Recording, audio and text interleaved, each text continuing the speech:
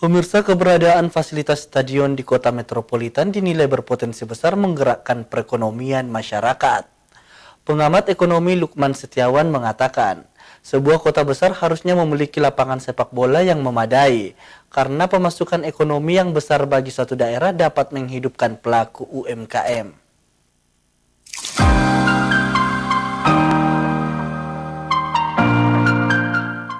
Pegelaran pesta sepak bola kasta tertinggi di negeri ini dinilai memiliki potensi besar dalam mendongkrak perekonomian. Bahkan perputaran ekonomi di daerah yang menjadi tempat digelarnya pertandingan kandang tim sepak bola ikut ambil untung.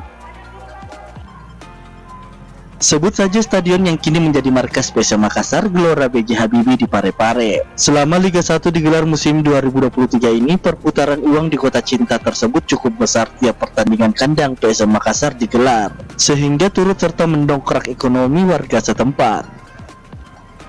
Pengamat ekonomi Universitas Bosua Lukman Setiawan mengatakan, sebuah kota besar seperti di Makassar mestinya memiliki lapangan sepak bola berstandar dan harusnya menjadi prioritas pemerintah Sulsel. Adanya lapangan sepak bola yang memadai dinilai akan menghasilkan pemasukan ekonomi yang besar bagi suatu daerah, serta membantu masyarakat kecil untuk menghidupi para pelaku UMKM.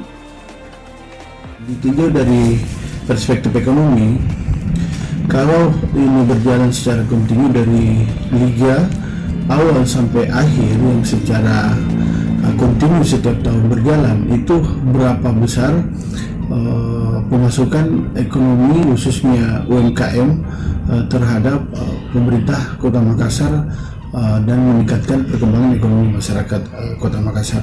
Karena hal ini setiap kegiatan yang bisa menghasilkan suatu model UMKM ini bisa membantu masyarakat kecil, khususnya bagi perilaku atau pelaku daripada UMKM itu sendiri. Ia juga mengatakan, sebagai kota metropolitan, Makassar saat ini memiliki penduduk yang begitu banyak. Adanya fasilitas stadion akan membangkitkan perekonomian di Makassar. Ardi Jaho, Selebes TV.